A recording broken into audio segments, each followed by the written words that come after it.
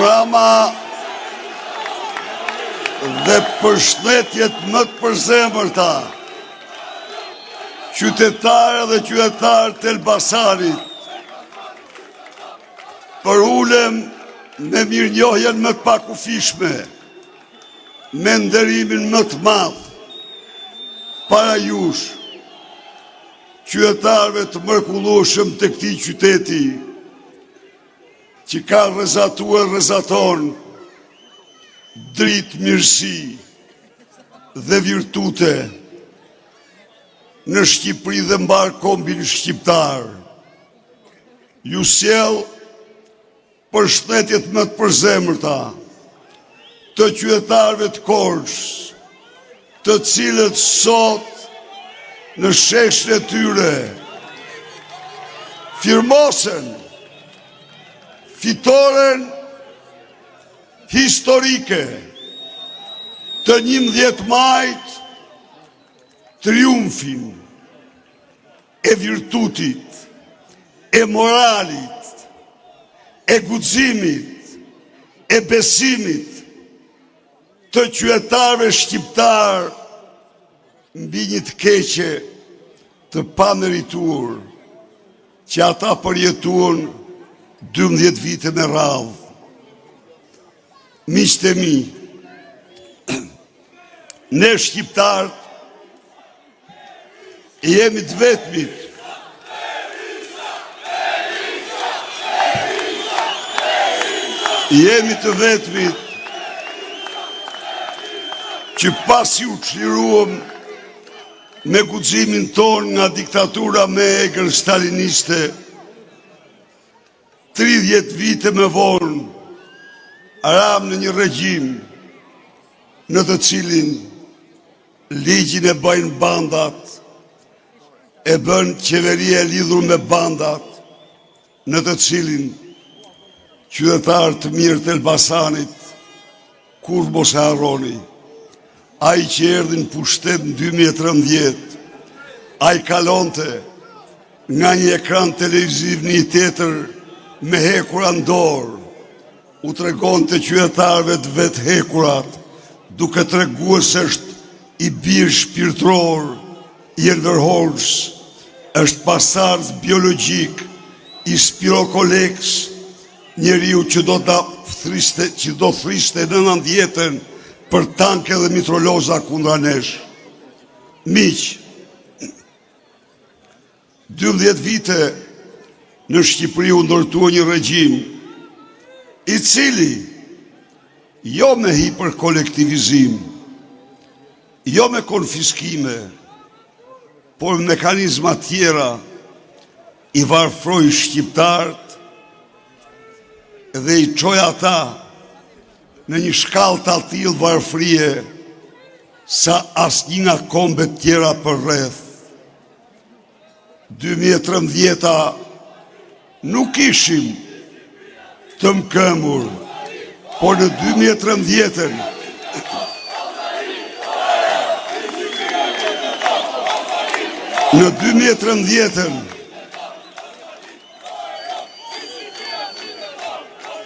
qytetarët e Elbasanit, pensionistët e Elbasanit dhe të Shqipërisë pagueshin më mirë se të gjithë qytetarët dhe pensionistët e rajonit. Në 2013 njerëzit lëviznin lirshëm, po përsëri shqiptarët në Shqipëri dhe në Elbasan shtoheshin çdo vit e më shumë. Në 2013 ndodhi rotacioni i pushtetit, një akt madhor në demokracinë e çdo vendi, por u zgjodh pas këtij viti që Shqipëria të mbulohej me drogë dhe krim. Pas këtij viti, pensionet rinë, rrogat u ngrinë, sofra u paksue, nuk ushqente më të gjithë pjesëtarët e familjes. vendet e punës fillun shkatrohen. Dhe çfarë ndodhi? Fëmijët të rit u detyruan të marrën rrugët e dheut. Ligjin e morën në dorë banda dhe bandit. Miq, ligji i cili duhet garantoj liritë dhe drejtat e qytetarëve, pronën e tyre, u morë dorë nga ministra, kryeministri dhe banda tjera dhe u përdor kundër qytetarëve. Varfëria u rrit nga vitin vit. Çmimet kapen stratosferën. Dhe ne e gjetëm veten përsëri në të keq paguarit njerëz të rajonit. E gjetëm veten me çmimet më të larta në rajon dhe në Europë. Me mira biznese u mbyllën, me mira ferma falimentuan në 10 vite. Sa asnjë kom tjetër në Europë dhe në botë, 45% e shqiptarëve u larguan nga Shqipëria. Pra, ndodhi një rrokullisje që se kishim njohur kur në histori.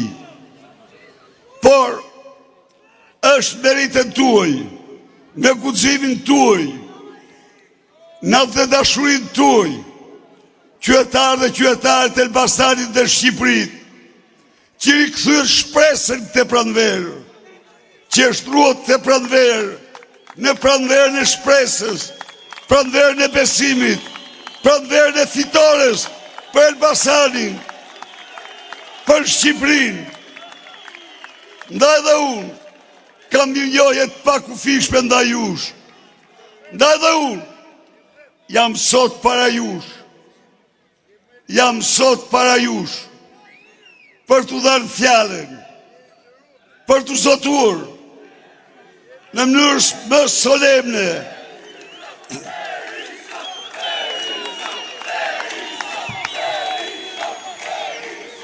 Se në 100 ditë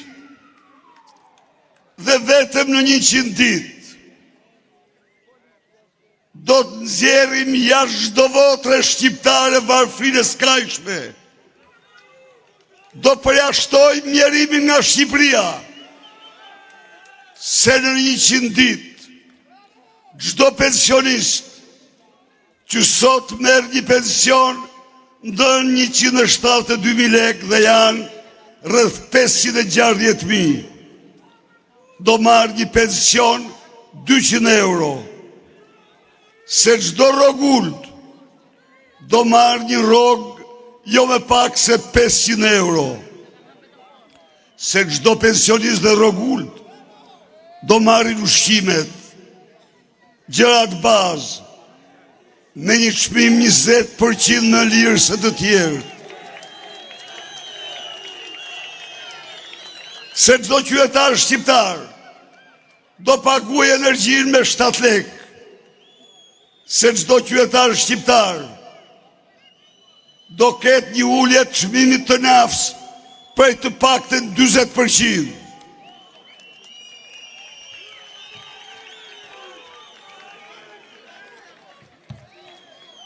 Ndaj jam sot në këtë shesh për një zotim solem se në 100 ditë çdo biznismen i Elbasanit do paguaj energjinë 3 herë më lirë, nga 18 të 6 lekë. Jam këtu për t'u dhënë fjalën bizneseve të vogla se kur bashkitë s'do mund të tratojnë në rënd se 1% të xhiros. Se sipërfaqja publike do pjestohet me 5 herë tarife e saj, do përgjysmohet çmimi i ujit për to, do rritet tavani në 180.000 euro për tatim fitimin dhe TVSH-n. TVSH-ja do ulet në 15%. Çdo biznes që paguan tatim fitim do ta paguaj vetëm 10%. 13% pra më pak. Çdo rrogtar që paguan tatim fitimin mbi të ardhurat 23% do paguaj 10% dhe do ketë rritje imediate rroge 13%.